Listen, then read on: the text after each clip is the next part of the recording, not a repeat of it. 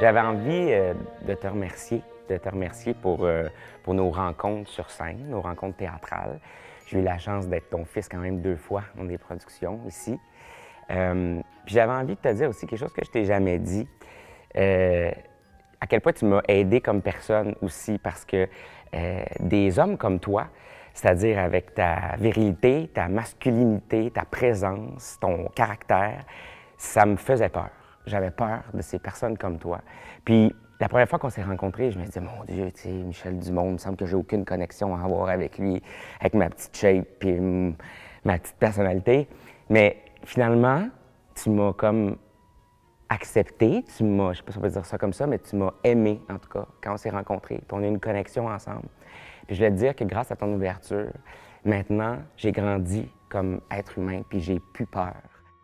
La plupart des gens se demandent, mais comment ils font, les acteurs, pour sortir de scène, puis de se débarrasser de toutes ces émotions-là, puis reprendre leur train-train quotidien? Ça doit être difficile. Pas pour toi, mon beau Michel. Je pense que tu peux gagner le record mondial, moi je dirais mondial, de l'acteur qui peut le plus rapidement quitter son personnage, les émotions, son costume, prendre les clés de son char pour faire démarrer sa voiture dans le parking de la Place des Arts. Mon père et toi, vous ressemblez un peu. Vous aviez le même physique. Dans les années 70, vous étiez aussi maigre, dans le temps de picotine. Tu as porté la moustache pendant le Monsieur le ministre. Mon père portait la moustache au même moment. Vous vous êtes rasé au même moment. Vous avez pris du poids au même moment. Au point tel que quand j'étais jeune, je confondais un peu les deux. D'ailleurs, quand il joue, des fois, je crois revoir papa. Pas qu'il l'imite, mais c'est cette sensibilité retenue qui ressort sur scène. C'est ton père tout craché. Eux autres, ils n'en revenaient pas, les mimiques, ils faisaient juste voir mon père, tellement que moi-même, je me suis mis à voir mon propre père en toi, dans 24 pauses, puis dans Excuse-moi. Un des beaux souvenirs que j'ai de toi, c'est justement quand on a fait le Faucon. Le soir de la première, j'étais très ému. Quand le rideau est tombé, c'était mon premier grand rôle au théâtre que tu m'avais confié. Et tu es sorti des coulisses avec tes grands bras, ton sourire, puis tu m'as pris dans tes bras. Ah, j'étais tellement fier, tellement réconforté. C'est un bonheur. Te rendre heureux, Michel, c'est vraiment, vraiment agréable. J'ai eu la chance de commencer ce métier-là avec toi. Tu m'as mis en confiance. Tu étais généreux, gentil, te souciant de tout. Pour m'avoir accueilli, si bien accueilli, au commencement comme comédien et bien sûr comme metteur en scène. Je veux te remercier de m'avoir dit un jour que j'étais chez moi, chez toi. Cette journée-là, je peux te dire que tu m'as donné des ailes. Je voudrais juste te rappeler, quand on a joué à la Relève à Michaud, une pièce qui s'appelle Les Gars, il y avait une piscine, il y avait une clôture en bois, évidemment, pour entourer la piscine. Et un soir, entrant par la porte, tu as arraché la première partie de la porte d'entrée et au lieu de la laisser en coulisses, tu es rentré avec une belle planche de bois avec la poignée. Ça nous a donné un petit fou rire qui a duré pas mal longtemps. Une journée dans Les Émigrés, au lieu de dire tu ajoutes l'insulte à l'outrage, tu as dit tu ajoutes l'autruche au naufrage. Mais avec une assurance. Et Gilles Renaud était comme paniqué, me regardait dans la cabine de régie, puis il fait « Qu'est-ce qu'il vient de dire? Tu t'en étais même pas rendu compte. » C'est ce qui fait ton charme aussi. Et au théâtre, tu étais tellement impétueux, tellement entier, que des fois, tu ne regardais pas où tu allais. Et moi, j'ai eu connaissance de beaucoup d'accidents que tu as eus à chaque fois que tu jouais au théâtre. Tantôt, c'était une orteil cassée, tantôt, c'était une main déchirée. Michel, il a plutôt tendance à casser tout ce qui passe par les mains. Moi, ça fait 30 ans que je suis à la compagnie Jean Duceppe, puis j'en ai vu pas mal, des vertes des pommures avec Michel.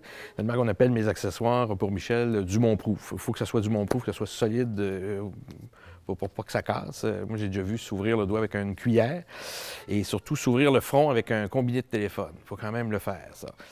Michel, en un mot. Rassurant. C'est un rock, Et c'est pas pour rien que la seule fois qu'on a travaillé, c'est-à-dire auteur et acteur, c'est quand on a refait la fabuleuse histoire d'un royaume là-bas, au Saguenay. Et il faisait la voix du fjord. Et on ne pouvait pas imaginer une voix plus profonde, plus forte, plus riche et aussi plus rassurante que la voix de Michel Dumont. Tu es comme un lion sage et impétueux quand même. Je dirais un enfant de 76 ans. C'est ça, Michel? Les mots qui me viennent quand je pense à toi, c'est écoute et ouverture d'esprit. Michel en un mot. Cruciverbiste et lurophile. Difficile de résumer Michel en un mot, mais je dirais éloquence, passionné. C'en est deux. Je dirais force. La force. C'est un grand enfant. Michel en un mot. Cigarette. Bouillonnant. C'est un cheval impétueux. Voilà. L'intégrité. C'est un gros nounours, puis derrière sa carapace, bien, pour moi, c'est quelqu'un de très, très fragile. Je t'aime. Merci, Michel. Alors, bye-bye. Merci, Michel. Merci, Michel! Alors, en tout cas, merci beaucoup, Michel, puis j'espère que c'est pas fini entre nous, hein? Okay. Merci, Michel. Je t'aime et je t'embrasse. Salut. Merci. Salut, Michel. À bientôt. Je t'aime, Michel. Merci, Michel. Je sais que ça doit être une job, un travail incroyable d'être directeur artistique. Moi, on me dirait, là, pour remplacer Michel Dumont, là, ça prendrait quasiment 2 têtes. Là, alors, Michel, qu'est-ce qu'on se souhaite? On se souhaite de te voir encore 1001 fois sur scène, s'il te plaît.